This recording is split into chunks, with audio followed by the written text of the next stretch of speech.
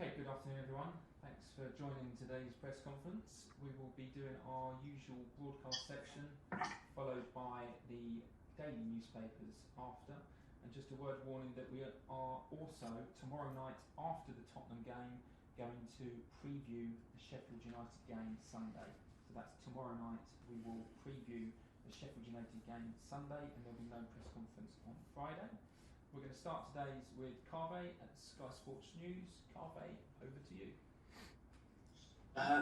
Thomas, first of all, tomorrow obviously is Spurs versus Chelsea, but it's also Thomas Tuchel versus Jose Mourinho. How much of a role model was Jose Mourinho for your generation of coaches? And do you think the game tomorrow will be a clash of football philosophies? I'm not so sure. First of all, I strongly believe that Chelsea, it's Tottenham against Chelsea and not me against Jose. I'm very happy to compete with a strong team against his side. I'm very happy to arrive with a squad with our quality, with our mentality, and with the atmosphere that we are in right now. This is the most important. Was he a role model? Honestly, when I started my career, he was so far away, like the moon from the earth. Could not be a role model at all. When I was happy in the academy. When I was at the academy, I was promoted to first league football, and from there on, I just enjoyed every day, and I was focused every day. So is it? We don't have to leave any doubts. He's one of the best managers in the world. He created a squad in Tottenham that is, like always, very, very competitive, very, very strong, and like I said, very competitive. And that would be the challenge. Is it a clash of cultures? I don't know. I think that Jose is a winner, and I want to implement the same in my teams. We are on the highest level to win games, and we will try everything tomorrow to beat them in their stadium. You obviously knew a lot about Spurs when you were growing up. It's the club that has developed a lot in the last few years, with the new stadium and getting to the Champions League final as well. What do you think about the development of Spurs? Do you think now they're one of the biggest clubs in Europe? And how much was that down to Mauricio Pochettino? Yeah, for sure. He had a big impact in the development of that squad. It was a great experience for me personally, for me to play with Dortmund at White Hart Lane and to have the chance to play them in the European competition with Dortmund against Spurs. We managed to win both games, which was a big achievement and a pure joy to be there, because of course was with spectators, and was an amazing atmosphere and a big challenge, and was for us a big win. Of course, over the years, Mauricio Pochettino implemented a certain style, and they had big runs also in Champions League and went far. And with like from my point of view, from outside, with a new stadium, they entered a new level of clubs, and they are in one of the biggest clubs and in England and in Europe for sure. And this means this is a big challenge. But don't get confused. When I was as a boy, once or twice Tottenham in the garden, it was more like to show off a little bit and in front of my friends, because actually I didn't know that Tottenham Hotspur is a club in London, so it was just a fancy name, and it was a team that we could see on TV for some minutes. And later, of course, with Jürgen Klinsmann playing there and some German players, there was more the focus. So this was it. There is no doubt that I arrive tomorrow in blue, and proud to coach in blue, and proud to coach my team, and we will do everything to win the game. And also, obviously, you've worked with some great players in your career, some great forwards. Yeah. I just wanted your thoughts on Harry Kane. Do you think he's the best number 9 in the world? And how much easier will your job be tomorrow if it looks likely he's not going to be playing? Well, I would say it's always easier if Harry Kane is not playing. This is a given. This is for sure, and this is absolutely no secret. Harry Kane is one of the best number 9s in the world, and like you said, when he's in shape, maybe the role model on the number 9 that every coach and every team wishes for in terms of work rate, in terms of ambition, in terms of mentality, attitude, and for sure goal scoring is simply outstanding. In the moment we assume that he will not play, but we will prepare us for all cases. So maybe when he's on the pitch, we will also be prepared for that. Last one. Just a final question from me is about Dele Alli. Obviously, he was a player who was linked. Are you in the right press conference? Yeah. You sure? No, I mean, just quickly. Obviously, he was a player who was close to moving to PSG when you were a PSG manager. Yeah. Are you surprised at the way he's not playing at the moment? I will not answer to that. I was happy to answer for Harry Kane because it's an honor for me to speak out that he's one of the best players. But anything else to every other player, I hopefully you understand that I want to show the respect that I don't talk about any other players from other coaches. We stick to our team. Thanks. Lindsay Hooper, Premier League. Hi, Thomas. Yeah. Speaking of strikers, one of your own, Timo Werner, can I ask you how you deal with a player that's low in confidence, off form, and especially when it's a striker? Well, first of all, with every player, and of course with all strikers, and of course with Timo, we try to create a bond and we try to create a relationship. Every person, every guy is different. Every guy needs something else. Some need you to be close. Some need to be more alone. Some need to be pushed hard. Some need to be need a hug, whatever. And so we find out what suits him to feel comfortable, to open up, and then to feel comfortable again on the pitch is our responsibility to also create moments and situations where he can bring out his best. That means to attack the space behind the back of the last line of defense of the opponents, to use his speed, and for that we try to create moments and situations with the whole team and of course with the offensive guys to use his strengths. And this is what we do with what we try to do and try hard to do with every player. And from there on, in the end, the last 10, the last 15, maybe the last 20%, they only come back if he scores. This is for sure. This is, in my opinion, with every striker in the world like this. You can talk, you can train, they can score in training. You can do whatever if nothing helps as much if they find the net in important games.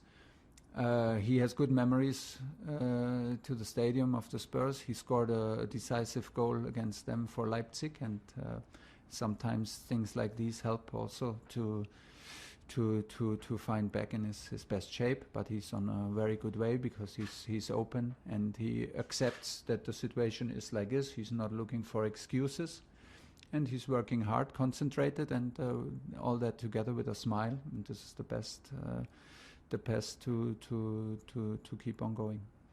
Moose, Talk Sport Radio. Hi Thomas, how are you? Hi, I'm fine.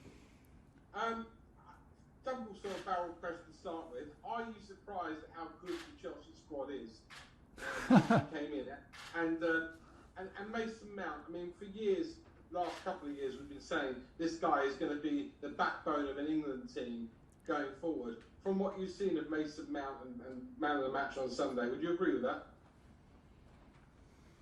I absolutely agree with the potential that I see and that you mentioned with Mason. What I saw from outside and what is proven now from the inside, that the guy is 100% all the time, even more, that he cares a lot about Chelsea, that he cares about his teammates, and that he's leaving his heart out there on the pitch. So if you train with Mason, if you play with Mason, it's one thing you can be sure of, absolutely, is that he gives his 100% on this day, in this minute. And this is the best level to grow, and this is the best situation from where to start and from where to become a top player. He has everything what is needed to reach higher and higher levels. I don't know where his limits are, but right now we will push him and support him. And like I said, the most important is that it comes from inside of him. And what makes me very happy is that he's a nice guy. He's a totally open guy, and a very positive aura, a very positive energy in the dressing room and outside on the pitch, and it's a real pleasure, like, to work with the whole team and to work also with Mason. And maybe this answers your first question. I'm not surprised, but I'm absolutely delighted to see how we train, how we behave, and what quality is in the squad on all positions.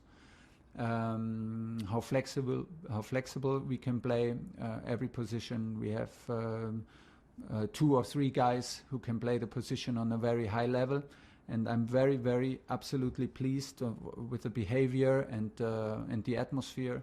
This is right now the atmosphere that we have to be focused on, and we have to keep on going, because this is exactly how it should be to grow also as a team. It's good. One more, please, Moose.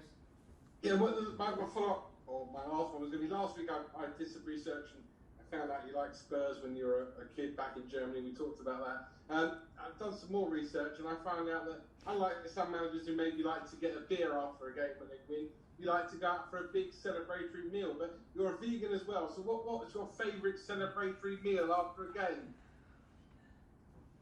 I would say, if you ask me right this, I love the pizza and I love the spaghetti bolognese.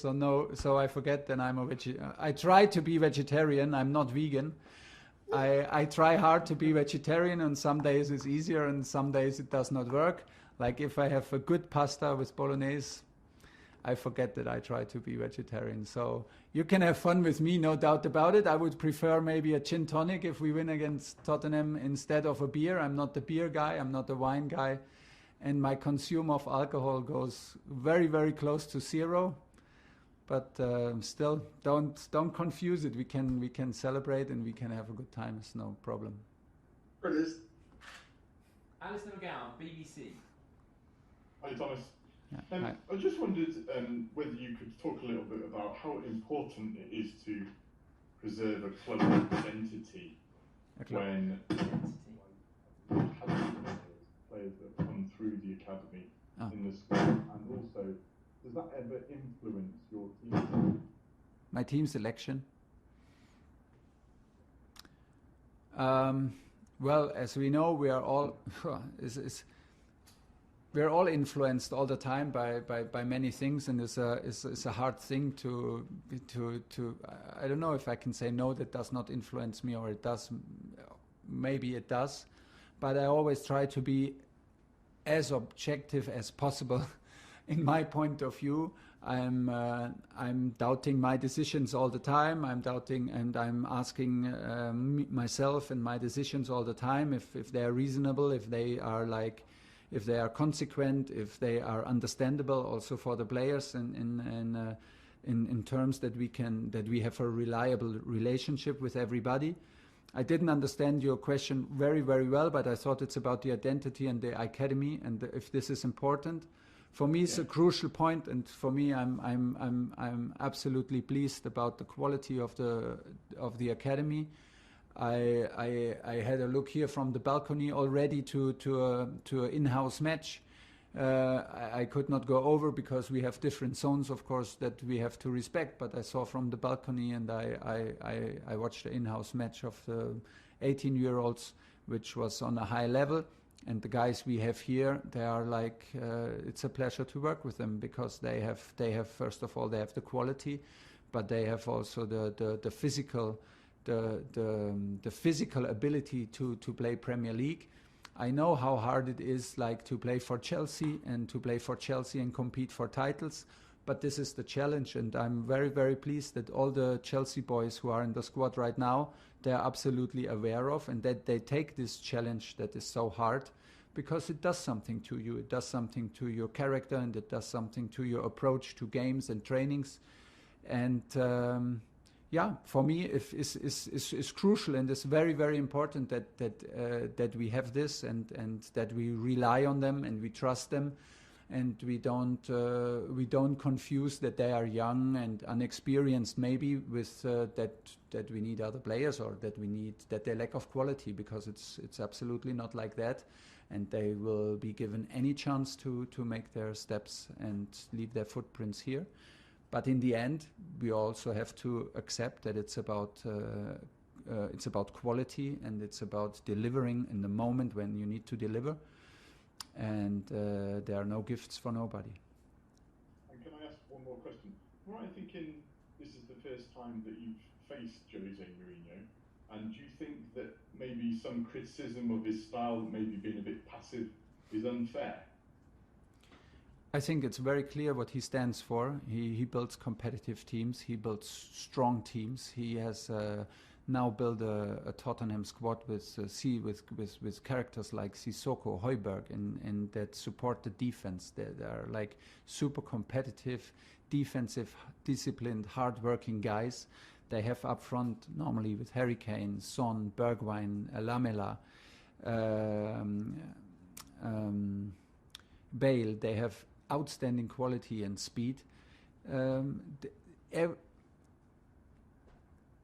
I have the biggest respect for him, because he's building teams on the highest level to compete and to win game after game after game, and this is what he's doing at Tottenham, and we're doing it in our style and in our beliefs, and everything is allowed, and there are many ways to succeed, and I think he was very successful to believe in himself until today. He has an outstanding career as a world-class coach, and we are here to beat him tomorrow with his squad, because this is the challenge we are up for, and we are very excited to have matches like this within the league. Okay, last question in this section, Nick Pure. Hi Thomas, can I just ask for an injury update, if you've got any injuries, or how your squad's looking for this match? Just Reece James, suffered some horrendous abuse on social media, which is terrible. Should never happen. I just wonder, have you spoken to him about that? What will you? I know the club have obviously do a great deal of things fighting discrimination and racism. So I just wondered if you'd speak to Reece about that, and speak to the squad about how you will support him and the other players against things like that, which obviously just shouldn't happen. No, but the team spoke about it, and the club spoke with the team about it, but not me in particular. We had a lot to speak about in terms of tactics and analyzing our games, so that was enough talking. I would say I have a close relationship with Reece, and there was nothing to worry about, because he was aware, he got a lot of support, and he has for sure all my support. We didn't speak in particular now about this case, but you can be totally assured that I'm 1000% on his side and at his side, but I had the feeling that it was a good distraction also for him to be out on the pitch and to talk about football, and to see the support of the club and his teammates. There was, and of course of his coach. There's simply no doubt about it. And the injury situation, we have two little issues today on the training pitch. We had, it was Kurt Zouma and Kai Havertz went off the pitch with little issues. So they are checking now, they are doing images right now, and it's questionable if they are in the squad for tomorrow. Everybody else is available. Okay, that's the end of the broadcast section. We're now going to do the news.